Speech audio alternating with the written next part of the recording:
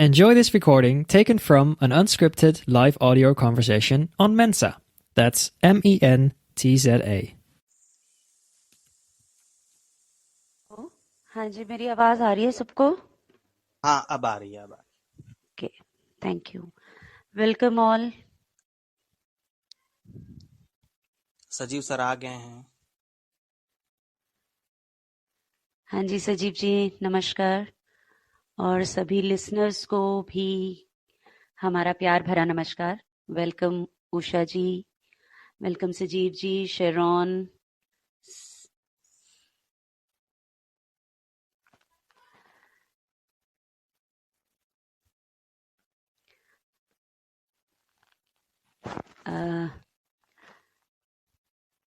लक्ष्मी जी नहीं दिख रही हैं। आ रही होंगी लक्ष्मी जी, 2 मिनट में पहुंच जाएंगी वो भी। ओके, तो वसीम जी हम शुरू करते हैं आज का प्रोग्राम। वक्त हो चला है अब। जी बिल्कुल। तो कहानी बुनो में आप सबका स्वागत है। वसीम जी बढ़िए, आगे बढ़िए। दोस्तों नमस्कार, आदाब, गुड इवनिंग। हम हाजिर हैं मंजा पर कहानियों का एक बेहद खास प्रोग्राम लेकर जिसका नाम है कहानी बुनो। और आज है कहानी बुनो का चौथा एपिसोड। मैं हूं वसीम अकरम और मेरे साथ हैं प्रोग्राम की को होस्ट दीपिका जी, आज की कहानीकार लक्ष्मी जी और हमारे स्पीकर सजीव सारथी जी। दोस्तों हम सबने अपने बचपन में तरह तरह के तजुर्बों के साथ जिंदगी जी है। खेलने कूदने, मस्ती करने और खाने पहनने से लेकर पढ़ने लिखने तक के किस्सों से हम सब दो चार हुए हैं। बचपन से जुड़े इन तमाम किस्सों में स्कूल जाने को लेकर कुछ किस्से आप सबको भी याद होंगे, है कि नहीं? किसी को बचपन में उसकी शरारत के लिए थोड़ी बहुत मार पड़ी होगी तो किसी को शाबाशी भी मिली होगी। अब शरारतें और बदमाशियां भी किसी की रोके कहाँ रुकती हैं भला। दरअसल बचपन के हिस्से में शरारत ही तो वह हक है जिसे छीना नहीं जा सकता। बहरहाल शरारतों से इतर अगर पढ़ने लिखने की बात करें तो हम में से कुछ को स्कूल जाना अच्छा लगता रहा होगा, तो कुछ स्कूल जाने के ख्याल से ही परेशान हो जाते रहे होंगे। मुझे याद है बचपन में मैं शरारती तो था लेकिन पढ़ने में ठीक ठाक था। फिर भी स्कूल जाने को लेकर मेरे मन में एक फोबिया सा बना रहता था क्योंकि मेरा मन खेलने में ज्यादा लगता था। पुराने समय में बच्चों के खेलने के लिए मोबाइल नहीं था, वीडियो गेम नहीं था, उन्हें पास पड़ोस में या खेत खलिहान में जाकर खेलना होता था और तब स्कूल बंक करने का अच्छा खासा मौका भी होता था जो आज के बच्चों को नहीं मिल रहा है। लेकिन अब तो आलम ही दूसरा है। अब हमारी दुनिया कंप्यूटर, टीवी, मोबाइल के फ्रेम में बंधने को मजबूर है। यही वजह है कि कोविड के चलते जब देश भर में लॉकडाउन लगा और जब बच्चों के स्कूल बंद हो गए तो उनके खेलने कूदने और शरारत करने पर जैसे अघोषित पाबंदियां सी लग गई या कहिए कि लग गई। बड़ों ने सोचा कि बच्चे मोबाइल में गेम वगैरह खेलते ही हैं तो क्यों ना ऑनलाइन के जरिए उनकी पढ़ाई जारी रखी जाए। बहरहाल अब फिर से स्कूल खुल गए हैं और बच्चे फिजिकल क्लासेस के लिए जाने के लिए तैयार हैं। इसलिए हमने आज की कहानी के लिए पिछले सप्ताह एक टॉपिक दिया था, मुझे स्कूल नहीं जाना। यानी कोई बच्चा स्कूल क्यों नहीं जाना चाहता, किस बात का डर है उसे, क्या उसे पढ़ना अच्छा नहीं लगता, क्या उसके स्कूली दोस्त अजनबी जैसे लगते हैं। ऐसे अनेक सवाल हमारे मन में थे जिनको लेकर सब अपने अपने तरीके से कहानी बुन सकते थे। कुछ कहानियां आई जिनमें से एक जो है लक्ष्मी जी की कहानी हमारे पास आई, बहुत अच्छी लगी, संवेदनशील लगी। जैसा कि हमारा फॉर्मेट है, हमने जो टॉपिक दिया था उस पर फिट बैठती कहानी आई। तो हम चाहेंगे लक्ष्मी जी आ गई हैं, हम चाहेंगे दीपिका जी की सबसे पहले बातचीत की जाए कि इस खूबसूरत कहानी को लिखने के लिए क्या तैयारी की थी लक्ष्मी जी ने। लक्ष्मी जी अगर सुन बिल्कुल रही हो वसीम मेरी जी, आवाज। एक चीज अभी इस कहानी की बातें करने से पहले मैं ये जी चाहती हूँ कि आप अगला टॉपिक भी बता दीजिए। अच्छा, अभी तो इस आज बार हम का हमने पहले ही सोचा है कि बताते हैं। हाँ, इस बार हम टॉपिक पहले बता दे रहे हैं। इस बार का टॉपिक है पहाड़ों का सफर। वो पहाड़ों का सफर कैसा भी हो सकता है, आपकी कोई याद भी हो सकती है, पहाड़ पर कुछ दिन गुजारने के लम्हे भी हो सकते हैं, या कोई अचानक कोई प्लान बना हो और आप चले गए हो, या ऑफिस के टूर पर पहाड़ घूमने का मौका मिला हो, तो उससे रिलेटेड जो भी आपकी यादें हों, उसमें से अगर कोई इंटरेस्टिंग सी कहानी मिले, कहानी आपके दिमाग में हो, कहीं दिमाग के किसी कोने में, ज़हन के किसी कोने में बैठी हो, तो आप वहाँ से कहानी बुन सकते हैं। हम सभी लिसनर्स को आह्वान करेंगे कि वो इस टॉपिक को गौर से सुने। पहाड़ों का सफ़र, यानी जी सफ़र और पहाड़, ये 2 चीज़ें बहुत ज़रूरी चीज़ हैं, कहानी में आनी चाहिए। शीर्षक नहीं है पहाड़ों का सफ़र, लेकिन ये जी टॉपिक है, वसीम जी, इसलिए। पहाड़ों का सफर सोचते ही ना एक हाँ, रोमांच भर उठता है। वादियां, बिल्कुल, नदी, पहाड़, झरने, जाने क्या क्या जहन में बिल्कुल। उभरते हैं। पर हमेशा पहाड़ों का सफर आसान नहीं होता। जाने क्या-क्या।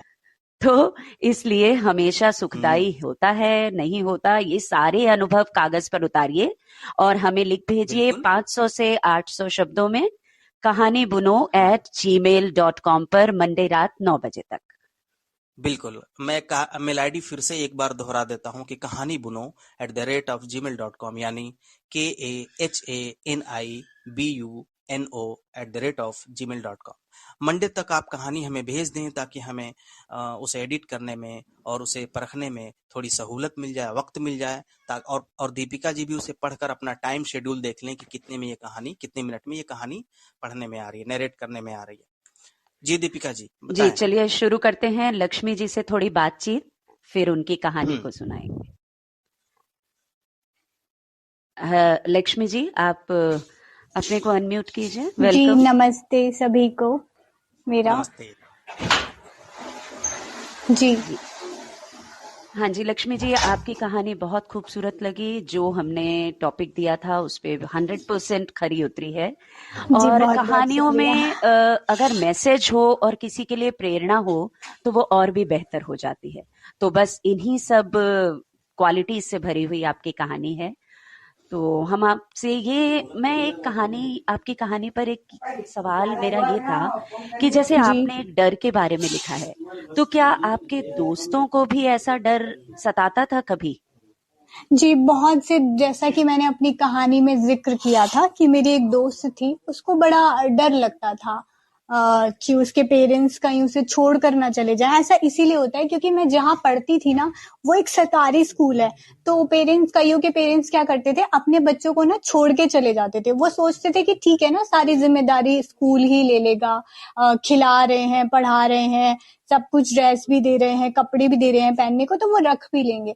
तो मुझे भी कभी-कभी लगता था और मेरे दोस्तों को भी लगता था। तो मुझे हमेशा, जब तक मैं 12th पास नहीं हो गई ना, तो ये डर हमेशा हमेशा सताता था कि कहीं मेरे पेरेंट्स ऐसा तो नहीं करेंगे जैसा बाकी के पेरेंट्स करते हैं। और रात को कभी-कभी नींद भी नहीं आती थी। आज भी जब मैं उस घटना का जिक्र करती हूँ या आज भी जब मुझे वो याद आता है, तो मेरी आंखें कभी-कभी छलक आती हैं। मैं रात को भी उठती हूँ और मैं सोचती हूँ, क्योंकि बहुत सारे पेरेंट्स ऐसे वाकई होते थे, क्योंकि उनको लगता था कि विकलांग है तो कहीं भी छोड़ दें, क्या फर्क पड़ता है। तो ऐसी मेंटालिटी लोगों की होती है।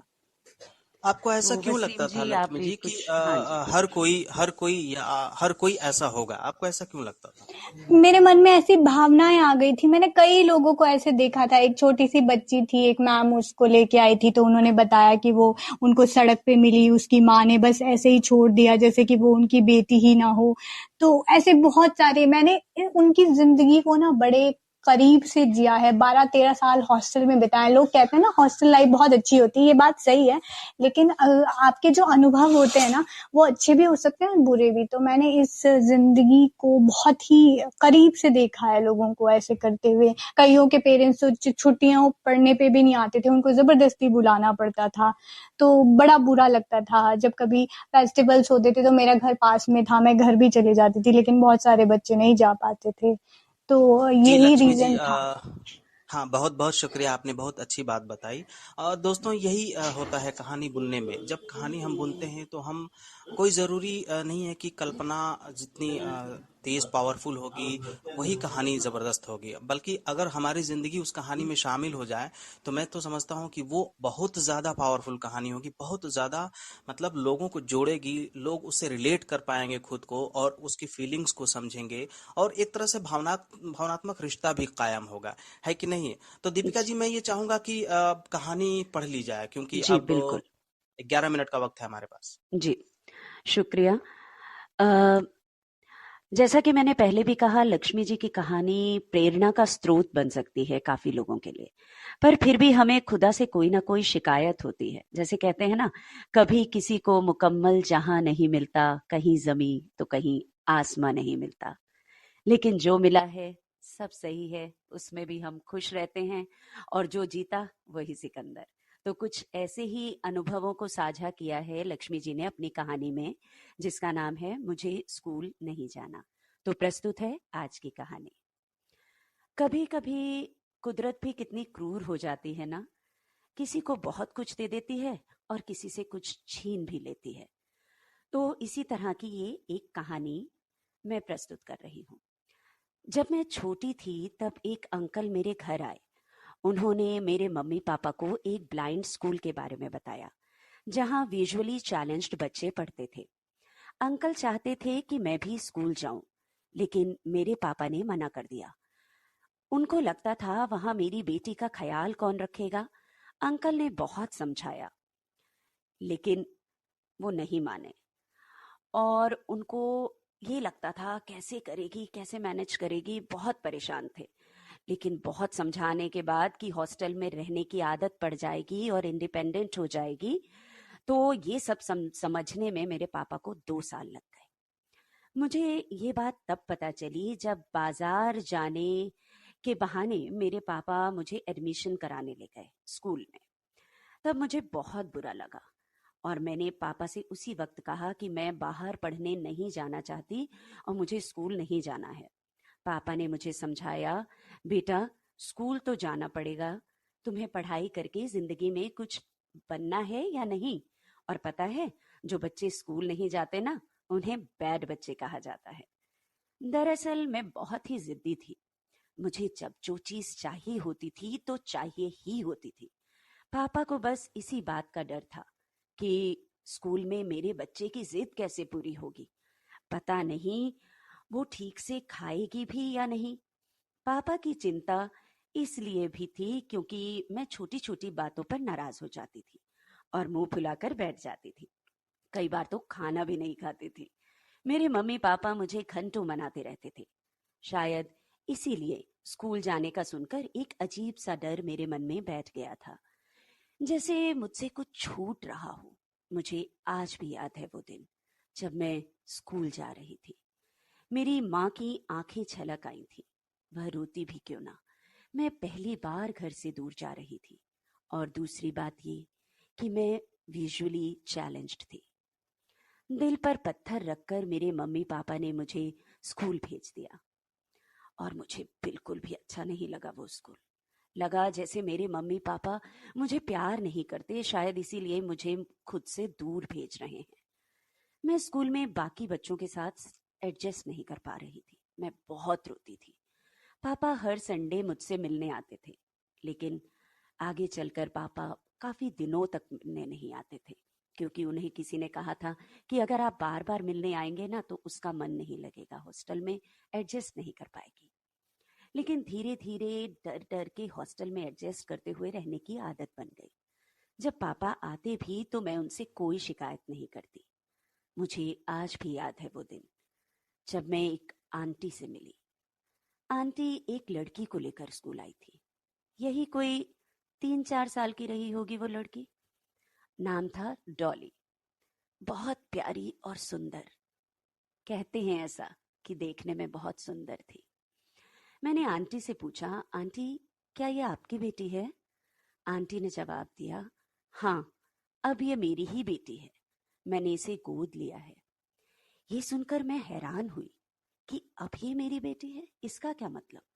मेरी हैरानी देखकर आंटी ने मुझे बताया कि वो कहीं जा रही थी, तब रास्ते पर उन्हें ये लड़की किनारे पर लेटी हुई मिली, बुरी हालत में, अधमरी सी। आंटी ने आसपास के लोगों से पूछा तो पता चला कि कोई वहां उसे छोड़ गई है। कोई औरत थी, शायद उसकी माँ हो। आंटी को बहुत बुरा लगा। उन्होंने उस बच्ची को गोद में उठाया और कहने लगी, जाने क्यों बच्चियों को लोग इस तरह छोड़ देते हैं, जैसे बच्चियां कोई बोझ हों। भगवान ने इन्हें ऐसा बनाया है तो इसमें इनकी क्या गलती है? अरे विजुअली चैलेंज्ड है तो क्या, आप उनकी आंखें बनिए, क्यों इस तरह मरने के लिए छोड़ दिया। बहुत बुरा लगा। फिर वो उसे अपने घर ले आई, अपनी बच्ची की तरह पालने लगी। पता नहीं क्यों आंटी की बातों से एक डर मेरे मन में बैठ गया। क्या मेरे साथ भी ऐसा होगा? क्योंकि ऐसे बच्चों के साथ शायद पेरेंट्स ऐसा करते हैं। लेकिन कई महीनों बाद जब एक त्योहार पर पापा मुझे घर ले जाने आए तो मैं बहुत खुश हुई। जैसे ही मैं घर पहुंची तो माँ के गले लगकर खूब रोई और रोते रोते फिर वही कहा, मैंने स्कूल नहीं जाना माँ, मुझे स्कूल नहीं जाना। माँ ने भी ढांढस बंधाते हुए कहा, ठीक है मत जाना। माँ बाप कुछ वादे इसलिए कर देते हैं ताकि बच्चे जिद छोड़ दें। उस दिन माँ के ढांढस बंधाने पर भी मैं चुप तो हो गई, लेकिन एक सप्ताह बाद फिर से स्कूल जाना पड़ा। मैंने माँ पापा से बहुत कहा कि मुझे स्कूल नहीं जाना, लेकिन दोनों के पास एक ही बहाना था, मुझे पढ़ाई करके कुछ बनना है, अपने पैरों पर खड़ा होना है। क्योंकि एक अंकल ने एक बार मुझे कहा था कि जब पढ़ लिख लोगी ना तो लोग तुम्हें मैडम बुलाएंगे, तो कैसा लगेगा। तो बस इन्हीं सब बातों की वजह से मैं फिर से स्कूल गई। अब मैं स्कूलिंग पास कर चुकी हूँ, लेकिन आज भी वो डर मुझे सताता है, अकेली हो जाने का डर। कभी कभी बड़ी बेचैनी सी होती है। सोचती हूँ शायद आज भी कुछ बच्चे मेरी तरह स्कूल नहीं जाना की रट लगाकर स्कूल नहीं जाते होंगे और कहते होंगे मुझे स्कूल नहीं जाना। पर अब तो मैं इंडिपेंडेंट और कॉन्फिडेंट हो गई हूँ। आज इतने साल बाद जब मैं उस लम्हे को याद करती हूँ तो सोचती हूँ कि मैं कितनी लकी हूँ कि मेरे माँ पापा हमेशा मुझसे स्कूल मिलने आते। कुछ त्योहारों पर कभी कभी मैं घर भी चली जाती, लेकिन वहीं कुछ मेरे ऐसे दोस्त थे जो अपने घर नहीं जा पाते थे। वो भी मेरी तरह घर से रोकर आए थे कि उन्हें स्कूल नहीं जाना, पर पढ़ाई तो करनी थी ना। और कभी कभी मैं ये सोचती हूँ कि अगर मेरे पापा ने मेरी जिद मान ली होती और मेरी बात मानकर उन्हें मुझे स्कूल ना भेजा होता तो मेरे साथ आज क्या होता। बस यही सोचकर लगता है कि काश ये बच्चे ना कहें कि मुझे स्कूल नहीं जाना। धन्यवाद। लक्ष्मी जी, बहुत सच शुक्रिया, वाकई बहुत शुक्रिया। बहुत खूबसूरत आपकी कहानी। वाकई बहुत खूबसूरत कहानी है। जी तो दीपिका बस जी, इस वही पे मैं कह मैं रहा था वसीम कि जी एक बात कहना चाहूंगी कि जी लक्ष्मी जी के लिए कुछ पंक्ति है, पंक्तियां जो मैं बोलना चाहती हूँ।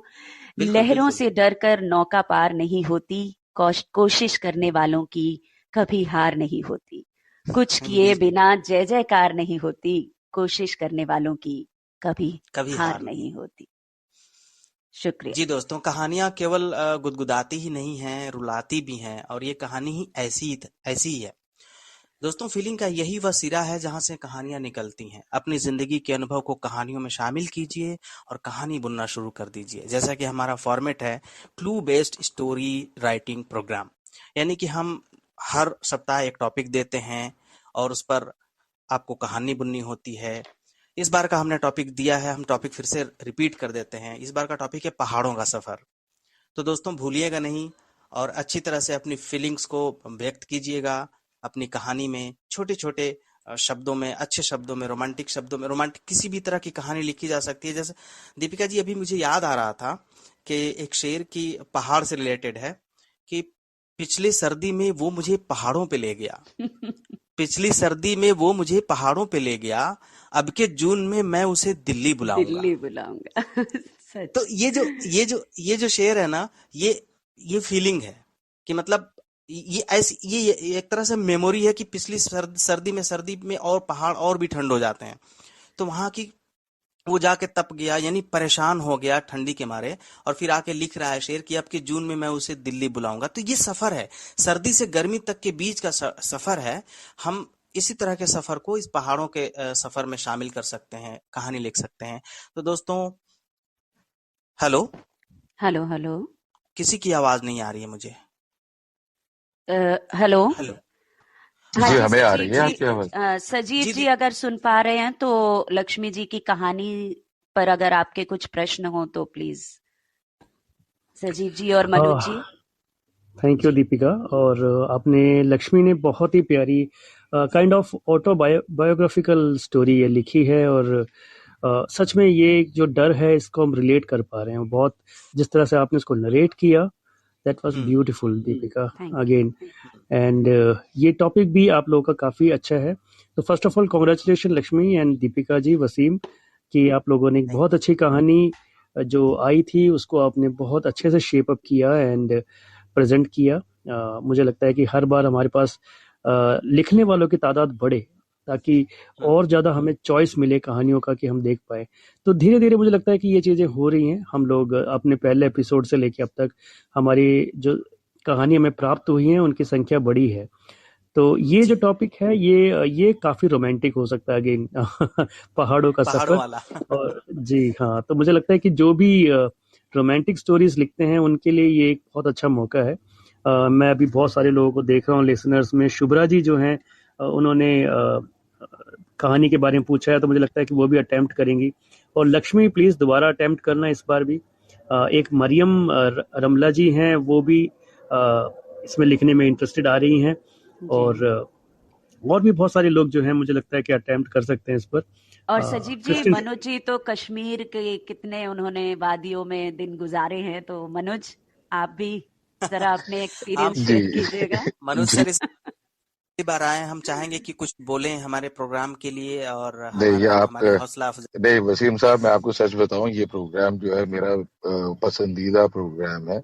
और मैं बहुत तो शुक्रिया सर। लक्ष्मी जी के लिए ये कहूंगा कि पहाड़ सहरा नदी ने हमें तलाश किया। क्या बात है। पहाड़ सहरा नदी ने हमें तलाश किया, जब हमने कहा सभी ने हमें तलाश किया। हमें तलाश वाह किया। वाह वाह। क्या बात तो है। तो लक्ष्मी जी तो एक ऐसी इंसान है और शख्सियत है कि चाहे वो क्लब हाउस पे हो या मंजा पे हो, हमेशा इनको सुनना अच्छा लगता है। और वाकई लोग जो है तलाश करते हैं कि ये कहाँ हैं लक्ष्मी जी। और जैसे सजीव साहब ने कहा अभी कि ये एक तरीके से ऑटोबायोग्राफी है, और ये सच है, क्योंकि मैं लक्ष्मी को बहुत करीब से जानता हूँ, इनसे काफी बातें हुई हैं, बहुत गुफ्तगू रही है, और काफी चीजें इन्होंने मेरे साथ शेयर करी हैं अपने हॉस्टल डेज की। तो जब मैं ये कहानी सुन रहा था दीपिका जी की आवाज में, जो कि बहुत ही खूबसूरत इन्होंने नरेट किया, तो एक एक वो चीज मैं देख पा रहा था कि जैसे वो लक्ष्मी ने जैसे बायोग्राफी लिखी है और अपने बारे में बताया कि कहाँ क्या उनको उनके जहन में थी ये चीजें कि स्कूल जाना है नहीं जाना है, और जो ख्यालात बचपन में इनके साथ मतलब होते रहे होंगे, और अभी भी ये कह रही हैं कि जब मैं वाकया वो सोचती हूँ तो तब भी आंखें छलक आती हैं। तो ये सच बात है, दिल से जुड़ी हुई कहानी थी। और जैसे कि आपने ही कहा वसीम साहब कि ये जो कहानियां हैं वो समाज और हमारी जिंदगी से ही निकलती हैं, और तभी शायद वो इतनी मकबूल भी होती हैं और बहुत इमोशनल भी होती हैं। तो वसीम जी साहब एंड दीपिका जी, इसी तरह जारी रखिए इस प्रोग्राम को, बहुत ही खूबसूरत आपका प्रोग्राम है। और वाकई जी एक एक बहुत कहानी धन्यवाद। जो है ना, नगीना है आपका। एक एक कहानी जब बहुत आप शुक्रिया लेकर के सर। आते हैं, और वसीम साहब जो पहली कहानी जब आपने प्रोग्राम शुरू किया था, वो आपकी पहली कहानी, पहला रूम, पहला सर्कल इतना खूबसूरत था, तब से हम तो फैन है जनाब आपके, आपकी राइटिंग क्या के बात भी। है। बहुत शुक्रिया सर। तो थैंक हाँ, यू तो बहुत जैसा सर। शुक्रिया कि अभी इसको। सजीव सर ने अभी कहा कि पहाड़ों का सफर पे रोमांटिक कहानी भी हो सकती है। तो हाँ बिल्कुल, बट मुझे लगता है कि फैंटेसी भी हो सकती है। जैसे अभी मुझे ख्याल आ रहा था कुछ दिनों पहले कि मैं पहाड़ पे जाऊं और उस पहाड़ की ऊंची चोटी पर बैठकर मूंगफली खाऊं। तो मेरे दोस्त ने कहा कि मूंगफली क्यों खानी, वहां कॉफी क्यों नहीं पी सकते, चाय क्यों नहीं पी सकते। तो ये छोटे छोटे ख्याल जो दिमाग में आते हैं, ये ये कहानी बुनने में बहुत मदद करते हैं कि वो रोमांटिक कहानी हो, उसमें भी मदद करेंगे। तो दोस्तों, हम चाहेंगे हमारे लिसनर्स जो सुन रहे हैं, हम चाहेंगे कि वो इसी तरह का ख्याल पैदा करें कहानियों में अपने, बुने, और हम सबको सुनते रहें और अपने दोस्तों में शेयर करते रहें हमारे इस लिंक को, ताकि और से ज्यादा लिसनर्स हमें ज्वाइन कर सकें, सुन सकें, जी और ज्यादा हमारे पास अच्छी कहानियां आ सकें। है कि नहीं लक्ष्मी जी, दीपिका कुछ जी? कहना चाहेंगी आप? लक्ष्मी जी, कुछ नई कहानी के मैं बारे में या अपनी कहानी के बारे में? मैं मुझे बहुत अच्छा लगा, आपने बहुत खूबसूरती से इस कहानी को पढ़ा। बस मैं ना एक छोटी सी चीज कहना चाहती हूँ, जी अगर आपको लगता है कि ऐसे बहुत से बच्चे हैं जो स्कूल नहीं जाते या जिनके पेरेंट्स हिचकिचाते हैं, तो प्लीज आप उनको अवेयर कीजिए, उन्हें बताइए कि ऐसे बच्चे भी पढ़ सकते हैं, लिख सकते हैं और अपने पैरों पे खड़े हो सकते हैं। तो अगर मेरे मम्मी पापा ने सच में मेरी बात मान ली होती तो मैं मेंजा पे नहीं होती और आपको कहानी नहीं सुना रही होती या कहानियां नहीं लिख रही होती, तो आपको शायद नहीं पता होता ना कौन है लक्ष्मी और वो क्या जी करती है। बिल्कुल। तो बिल्कुल प्लीज लक्ष्मी, मैंने आपको इसीलिए कहा कि आपकी कहानी सबके लिए एक प्रेरणा बन सकती है, प्रेरणा का स्रोत है। तो और दीपिका बिल्कुल जी, हम आगे भी ऐसी कोशिश जी करेंगे कि कुछ ऐसे टॉपिक्स रखें, जैसा कि अभी लक्ष्मी जी ने कहा कि हम अवेयर कर सकें, तो हम अवेयरनेस को लेकर भी टॉपिक रखेंगे, ताकि आने वाले दिनों में इसी तरह की सेंसिटिव कहानियां हमारे पास आए और जी लोग बिल्कुल अवेयर हों, वसीम सुने। जी, अगर कहानियों में प्रेरणा है, मैसेज है, तो बहुत ही बेहतर बन जाती हैं कहानियां। जी, तो अब 1 मिनट हमारे पास वक्त है। मैं फिर से एक बार बता दूं कि अगला टॉपिक है पहाड़ों का सफर।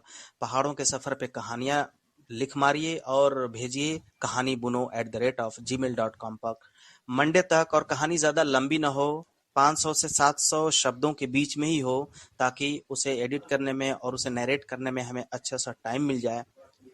जी, सबका बहुत बहुत शुक्रिया। सजीव सर का बहुत शुक्रिया, मनु सर का बहुत शुक्रिया, और लक्ष्मी जी आपको फिर से एक बार बहुत बहुत शुक्रिया। आपने इतनी अच्छी कहानी लिखी हमारे लिए। और जितने भी लिसनर्स हैं उनका तहे दिल से बहुत तहे दिल बहुत से शुक्रिया। शुक्रिया। वो हमें ऐसे ही ऐसे ही आते सुनते रहिए रहें। और और प्रोग्राम की खूबसूरती बढ़ाते रहिए जी और जी कहानियां जी भेजते बिल्कुल। रहिए। जी, आप सबका कहानियां भेजते बहुत रहिए। बहुत कहानी धन्यवाद। बुनो में आपका बहुत बहुत धन्यवाद, शुक्रिया। Thank you all.